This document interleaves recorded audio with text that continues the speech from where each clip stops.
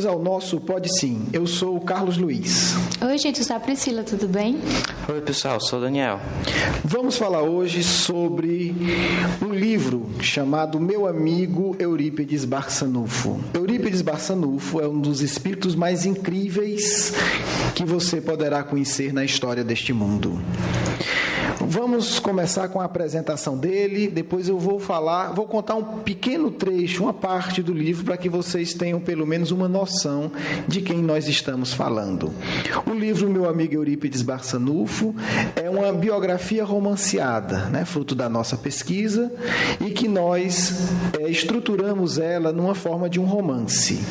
Vamos começar aqui com a Priscila. Priscila, o que é que você mais admira no Eurípides?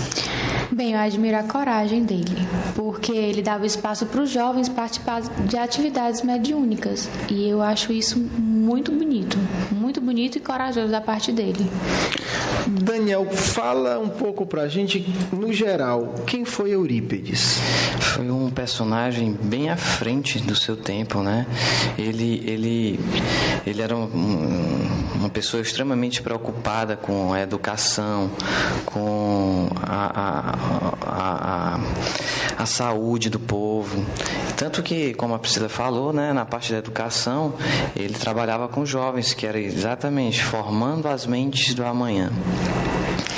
Vamos contar um pouco alguns episódios da vida do Eurípides.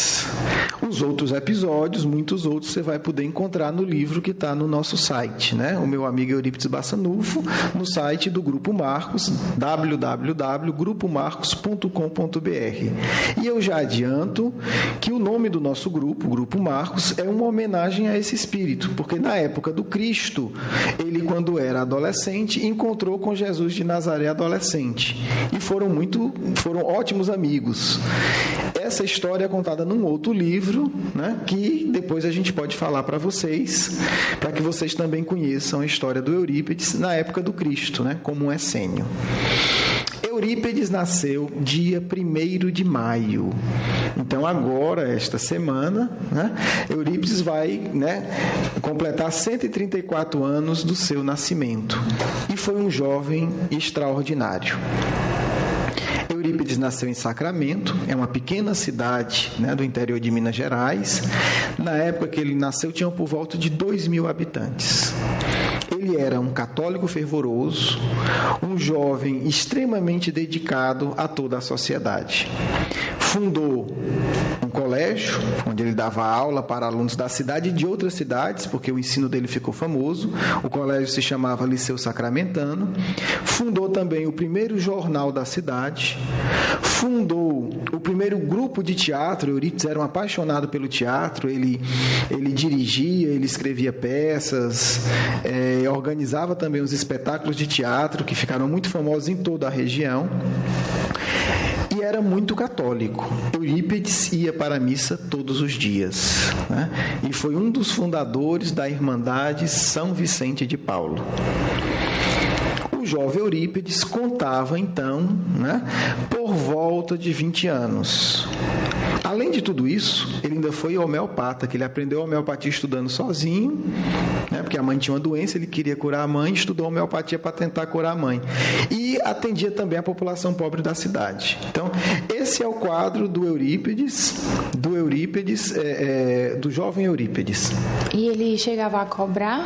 Não, ele atendia gratuitamente a população. Na verdade, a maior parte dos clientes dele, digamos assim, era do bairro mais pobre, né? Clientes no sentido que ele atendia, que ele socorria, mas ele não cobrava, né? Nenhuma dessas atividades ele buscava ganhar dinheiro. E, inclusive, ele foi indicado, por ser já tão famoso e conhecido na cidade, para ser vereador, que na época vereador também não recebia dinheiro, né? Até uma boa ideia, né, para a gente pensar sobre isso. E ele também foi vereador e trouxe eletricidade para a cidade, organizou frigorífico, ferrovia, né? O mandato dele é avaliado pelos conterrâneos até hoje da cidade como tem sido de grande progresso, né? Trouxe grande progresso para a cidade. Então, esse é o jovem Eurípides, conhecido por todo mundo, cidade muito pequena e ele muito ativo. Só que o Eurípides teve um problema de família. O tio dele, o senhor Mariano, que morava na fazenda de Santa Maria, cerca de 13 quilômetros de Sacramento, estava com um problema gravíssimo. Na verdade, para Eurípides, espírito sincero e verdadeiramente religioso, era a pior coisa que poderia acontecer com com qualquer pessoa, e em particular com um tio que ele amava e que tinha uma idade próxima da dele. O tio dele, que era antes ateu, tinha se tornado espírita. Para ele isso era horrível, né? Perdeu o tio pro demônio, né? Pela lógica da época. Então, o prejuízo era grande. Ele ainda tinha muito contato com os padres, né? Não, ele era muito querido na região, frequentava a missa, né? Foi fundador da Irmandade São Vicente de Paulo. Então, com certeza isso... Conseguiu ter acesso à Bíblia, né? Que naquele tempo nem todo mundo tinha acesso à Bíblia. Não tinha, né? Ele era tão amigo dos padres que teve um padre que disse: olha, Eurípides, eu sei que não pode normalmente, mas você é uma pessoa tão estudiosa e tão devota, que eu acho que você vai tirar um bom proveito da leitura da Bíblia. E o padre emprestou uma Bíblia para ele ler, né? Mostra o grau de confiança, né, que o clero, que os padres tinham nele. E ele muito jovem. E aí, quando o tio saía de Santa Mariana, que era um povoado, ia para Sacramento, normalmente ia num dia, voltava no outro, ficava hospedado na casa do Eurípides. E o Eurípides pedia, né, que a mãe colocasse a cama do tio, que a dona Meca, mãe de Eurípides, colocasse a cama do tio Mariano no quarto dele. Porque aí à noite eles podiam conversar e Eurípides tinha a esperança de salvá-lo, né, de convertê-lo ao catolicismo.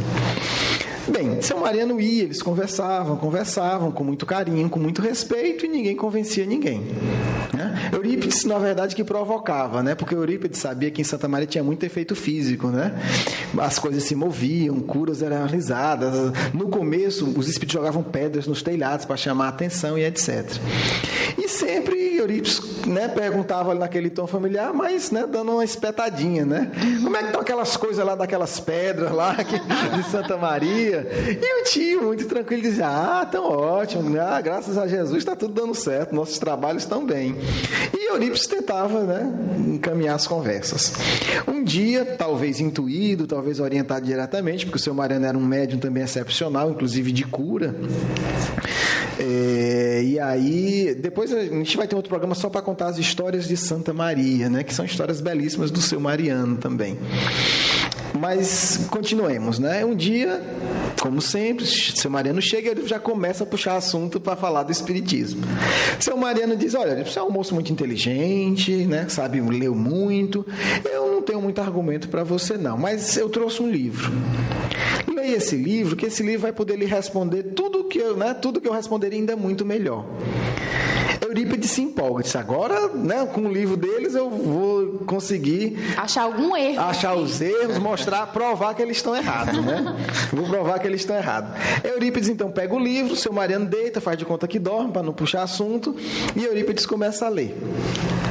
Diz que o seu Mariano levanta de noite e olha, de canto de olho, Eurípides continua lendo, né? E pensa: acho que pegou, né? Seu Mariano acaba dormindo. Quando acorda, Eurípides olha para ele e diz: tio, eu nunca li uma obra que falasse sobre Deus com tanta profundidade. Porque ainda tem isso, o tema que mais apaixonava Eurípides era Deus. Nunca vi argumentos tão bem escritos. E aí Eurípides amanhece o dia, se retira para um lugar isolado da cidade para reler o livro. E qual foi esse livro? O livro é um livro do Leon Denis, se chama Depois da Morte, né? É um livro de umas 400 páginas, 300 a 400 páginas, né? Na edição que ele leu. Então é um livro extenso. Aí você vê o grau de interesse. Mesmo de você lê 400 páginas numa noite e de manhã você vai para um lugar para ler de novo. Então, foi bem escolhido, né? Enfim, leu o livro, seu Mariano foi, Eurípides ficou elaborando aquelas ideias.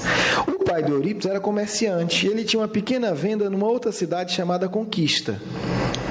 Santa Maria fica no meio, a fazenda, o povoado de Santa Maria fica entre Sacramento e Conquista.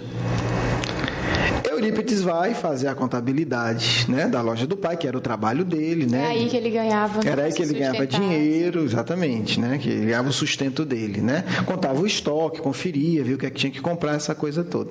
E ele pensou, como era Semana Santa, e ele sabia que tinha uma reunião mediúnica, né, naquele dia da Semana Santa, ele chamou um amigo e e imaginou, eu vou lá, eu já vou me deslocar para não gerar, né? Vai para onde, né?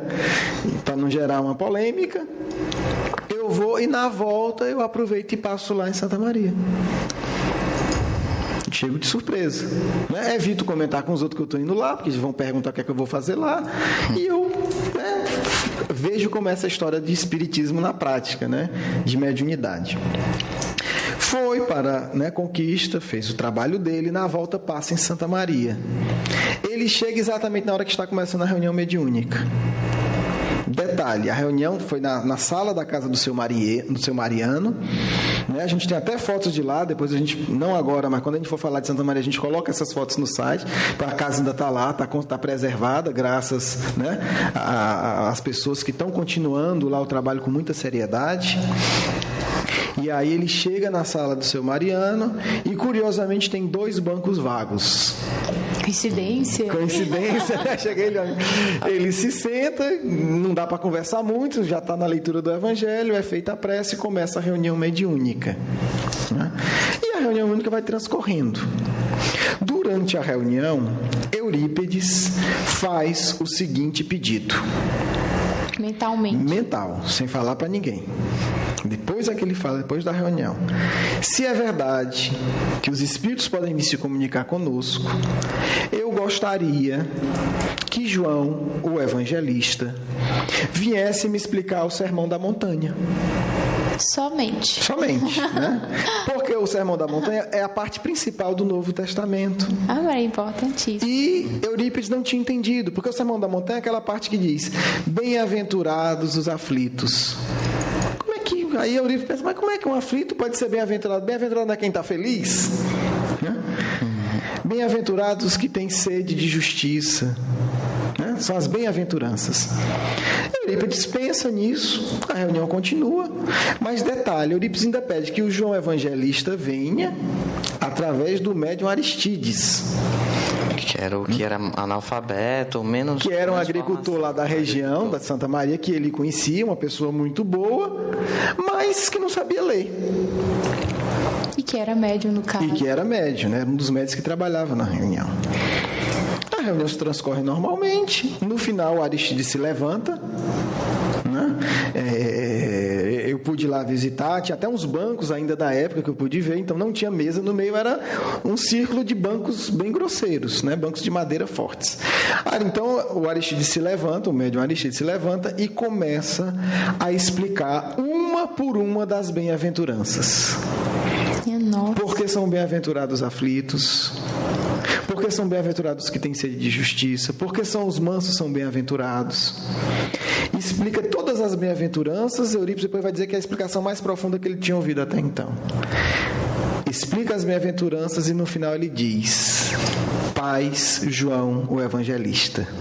Ave Maria. Assim se encerra a primeira reunião mediúnica de Eurípides Barçanufo. Eurípides volta para Sacramento, acho que com muita coisa para pensar, né? Para quem era católico fervoroso e tem uma explicação dessa. Ele conhecia o Aristides, era um agricultor da região. O Aristides não saberia, o Aristides falou palavras sem saber nem o que significava. Tudo bem, volta, passa um certo tempo e ele resolve ir de novo, né, para outra reunião mediúnica. Até então ele não comenta, até onde se sabe ele não teria comentado com ninguém isso. Está na fase de avaliar, é justo, né? Eurípides nunca foi um espírito de tomar medidas precipitadas. Ele não fala nem para o amigo dele que estava... Não, o amigo dele sabe, né? O amigo dele ouve e depois, né? Foi o que aconteceu. E aí ele fala para todo mundo: não, eu realmente pedi isso. E ele veio. Mas não comenta, né? Na cidade, não comenta com a família, porque ele é católico e ele está vivendo aquelas experiências. Vai para uma segunda reunião mediúnica, né? Santa Maria, na casa do seu Mariano. A reunião era na casa do seu Mariano, na sala dele. E aí Eurípides chega na reunião e logo no início apresenta-se um espírito e diz: cumprimento Eurípides, né? Um espírito, uma psicofonia através de um médium, cumprimento Eurípides, vamos começar a trabalhar, Eurípides. E aqui tem muitos enfermos. E aí ele orienta para Eurípides se levantar e já ir aplicando passe nos enfermos que ali estão. Esse espírito é o nosso queridíssimo conterrâneo, né? Nós estamos falando aqui de Fortaleza, para quem está nos ouvindo, Adolfo Bezerra de Menezes, né? Bezerra de Menezes é aqui do Ceará, nasceu aqui no interior do Ceará. Que num programa futuro a gente vai entender, né? Vai entender a ligação, a gente vai entender num próximo programa a ligação profunda do Eurípides com o João Evangelista e com o Bezerra de Menezes. Não é à toa que esses espíritos estão aparecendo para ele. Adolfo Bezerra de Menezes estava desencarnado há poucos anos, né? Bezerra de Menezes desencarna em 1900. Essa reunião ocorre por volta, a gente não tem uma data exata, mas algo em torno de 1902, 1903. Quer dizer, fazia uns 2 a 3 anos que o Bezerra tinha desencarnado e Eurípides já estava com 22, 23 anos. A reunião transcorre e no final vem um outro espírito ainda, identificando-se, dizendo: eu sou o seu guia espiritual. E esse espírito começa a contar várias histórias da vida de Eurípides, da infância, dificuldades, coisas alegres que tinham acontecido, que só o Eurípides sabia. Né? Ninguém ali sabia que tinha uma brincadeira, uma situação que aconteceu com Eurípides, uma doença que ele teve. Ele disse: naquela época você adoeceu assim, eu estava cuidando de você, meu filho. Aquela outra acidente que quase acontecia, foi eu que evitei. E aí vem uma parte muito forte, que aí o Espírito diz: afaste-se da igreja, pois há muito ela se afastou do Cristo. Prepare-se, as portas de sacramento irão se fechar para você, pois os seus amigos não terão condição de entender a sua escolha. Não permita que a saudade e que a mágoa invada o seu coração, quando você ouvir os fogos das festividades religiosas e o badalar do sino. Porque o Cristo nos reserva um campo muito mais amplo de ação. Eu serei o diretor espiritual da obra, você será o comandante material. Afaste-se também da Irmandade São Vicente de Paulo, que leva o meu nome, porque ali não será o seu campo de trabalho. E aí o Espírito se identifica, no final, Vicente de Paulo, ou São Vicente de Paulo. Que é o santo, né? Que é o santo católico, né? Um espírito também que depois a gente vai falar dele, indicar algumas fontes de pesquisa. Um espírito extremamente corajoso, extremamente abnegado.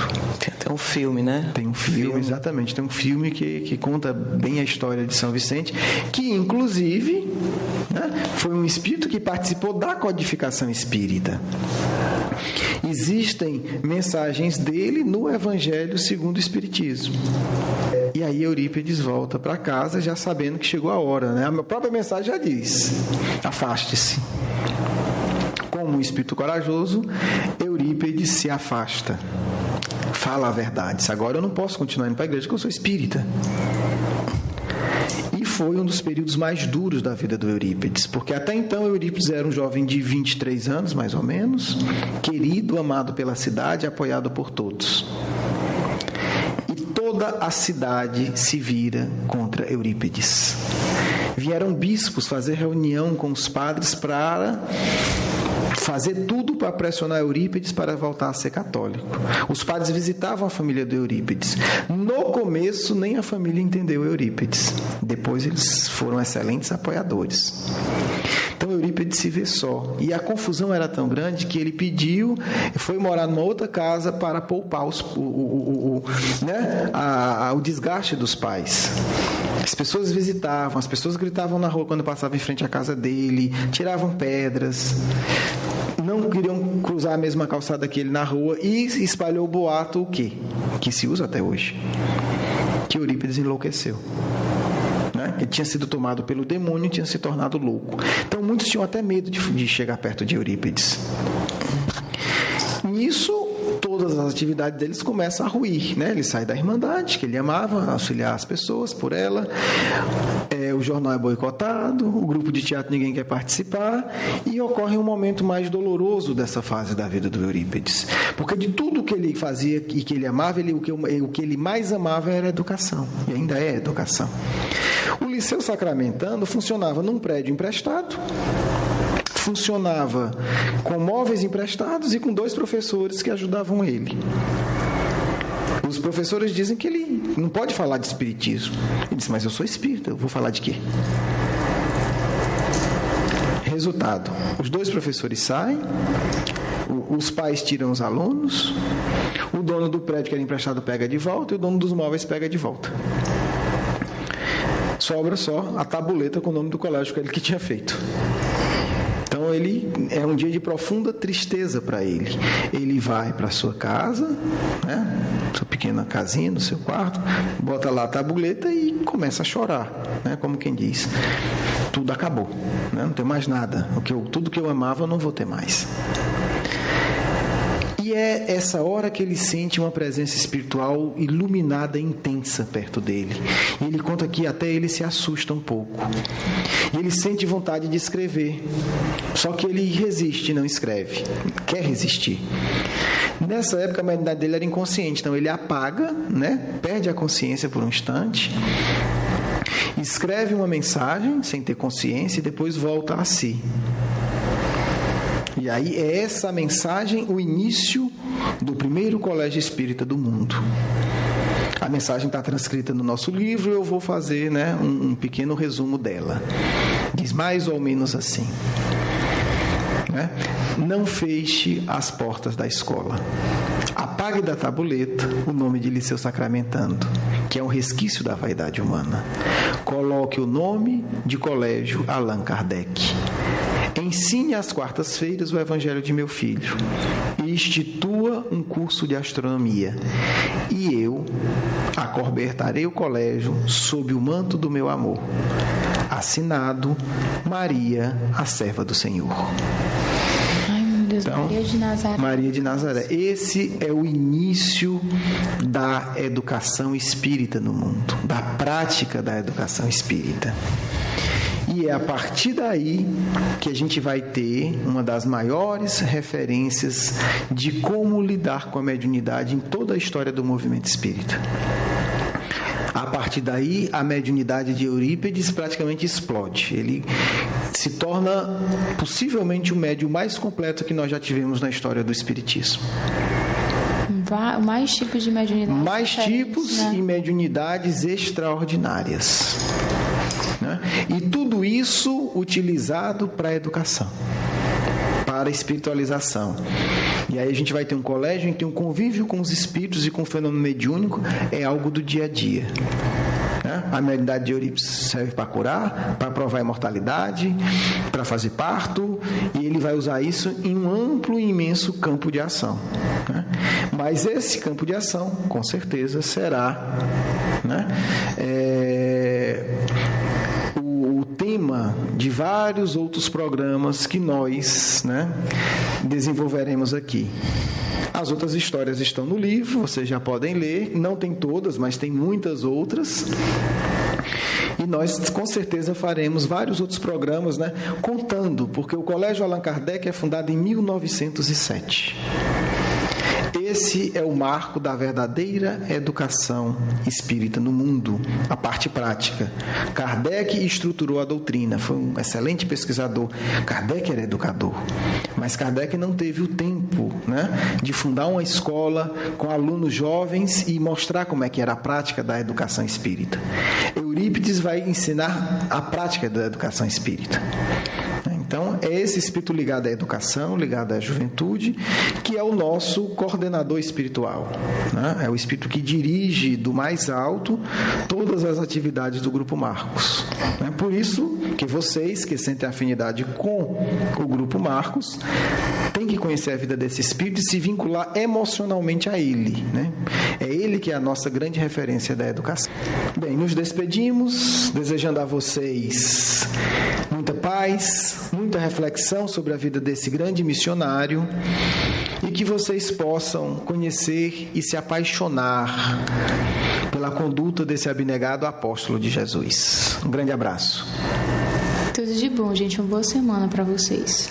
Tchau, pessoal. Até a próxima. Vamos agora para o momento da nossa mensagem mediúnica. Só vou abrir aqui agora o Evangelho.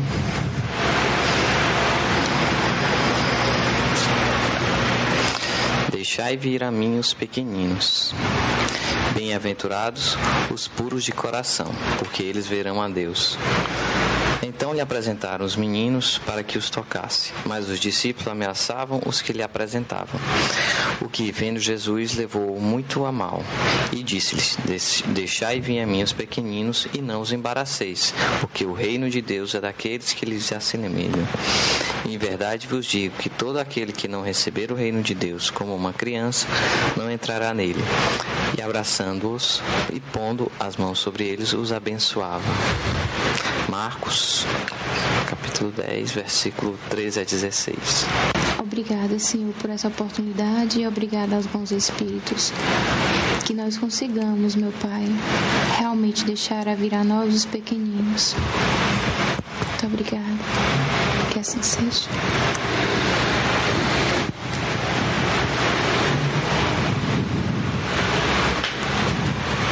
Jovens espíritas, não duvideis.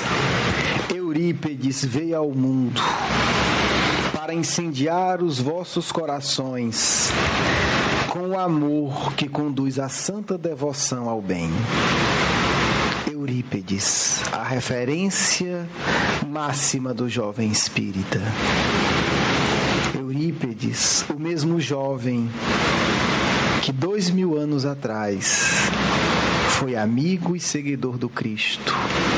Eurípedes, o espírito luminoso, guia e responsável da nova geração que está no mundo. Se o vosso coração se emociona com as histórias do mestre e amigo de Sacramento, se o vosso ser se inflama de amor a ouvir apenas exemplos da grandeza desse Espírito, tenhais a certeza, é o vosso coração que vos avisa. Deveis vincular-se à imensa falange que, inspiradas por esse mestre e amigo, irá renovar o próprio movimento espírita e a sociedade humana. Eurípedes é o guia da nova geração. Esqueceis, jovens amigos, as ilusões do mundo e lembrai-vos quanto sofrimento a acalentar, quantas supostas loucuras oriundas da mediunidade desregrada a curar, quantas receitas homeopáticas e fitoterápicas a receber pela mão dos abençoados espíritos inspirados por Eurípedes. Quantas pesquisas e comprovações realizar da imortalidade do ser. Porque será o caminho da dedicação sincera, da devoção verdadeira, que vos tornará dignos amigos desse jovem brasileiro de Minas Gerais. O jovem de Sacramento, por nosso intermédio, vos diz: é iniciado o trabalho da nova geração.